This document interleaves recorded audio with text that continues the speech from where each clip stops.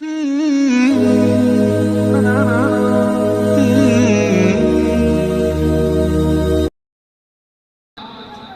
ابراہیم، تو میرے اور میرے معبودوں کے درمیان آڑ ڈالنے کی کوشش کرتے ہیں۔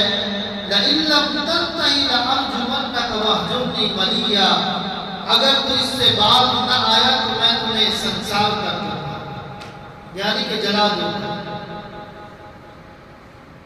جب یہ بات والد نے کہی تو ابراہیم علیہ السلام نے پھر بھی اس محبت کے پہلو کو ملحوظ خاطر رکھا۔ کہنے لگے ابراہیم علیہ السلام، قال سلام علیک، میرے ابا جان آپ پر سلامتی ہو، سأستغفر لک ربی انہ کان بی حفیہ، کہ میں آپ کے لیے مغفرت کی دعا کرتا رہوں گا تاکہ آپ سے راہ راست پر آئے۔ تو یہاں ابراہیم علیہ السلام کی دعوت سے چند سبق ہمارے لیے بھی نمایاں ہوتے ہیں کہ ابراہیم علیہ السلام اپنے باپ کو دعوت دے رہے ہیں جو مشرک ہے، بت پرست ہے، لیکن اس دعوت میں اپنے باپ کی عزت کو ملحوظ خاطر رکھا۔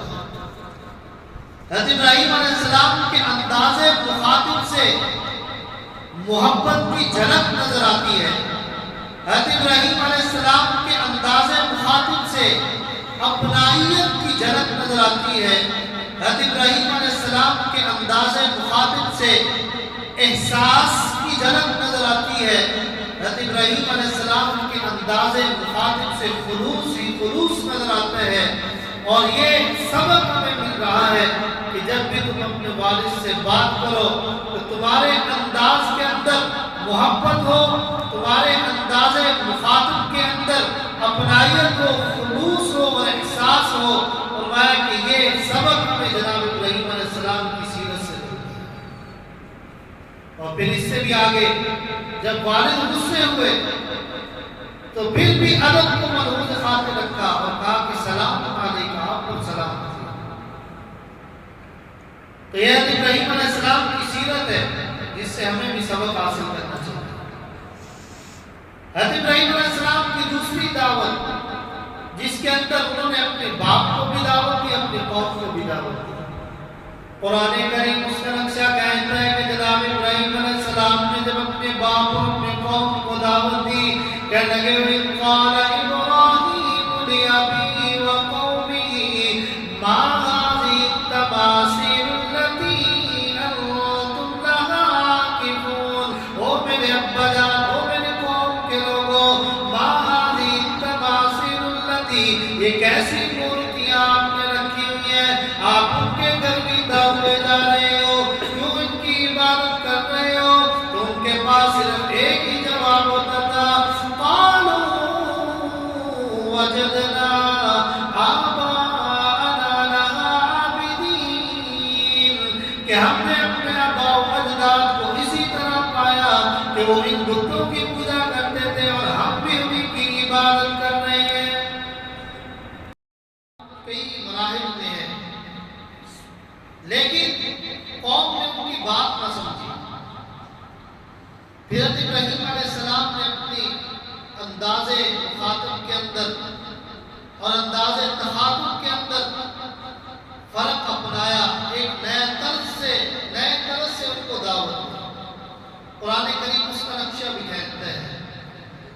حضرت ابراہیم علیہ السلام نے دیکھا کہ اب اس قوم کو میری بات سمجھ نہیں آ رہی، تو انہوں نے اپنا انداز بدلا۔ رات ہوئی، جب رات ہو گئی ستارے نظر آنے لگے۔ قرآن کریم کہتا ہے فَلَمَّا جَنَّ عَلَيْهِ اللَّيْلُ رَأَىٰ كَوْكَبًا، جب رات ہو گئی، رات نے اپنے سائے اس زمین کے اوپر ڈال لیے۔ حضرت ابراہیم علیہ السلام نے ستارے کو دیکھا، رَأَىٰ كَوْكَبًا۔ حضرت ابراہیم علیہ السلام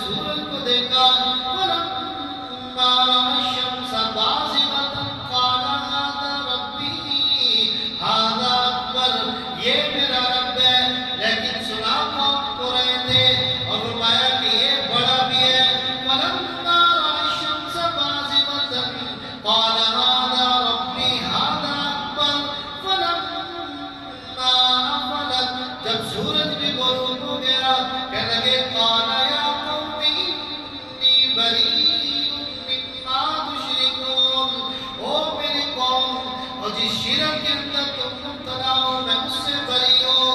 تو پھر قوم نے جھگڑا شروع کر دیا. وحاجہ قوم قال اتحاجونی فی اللہ. حضرت ابراہیم علیہ السلام نے ارشاد فرمایا میرے قوم کے لوگوں تم اس اللہ کے بارے میں مجھ سے جھگڑتے ہو کہ جس نے مجھے ہدایت دی ہے. اگر تم یہ تمہارے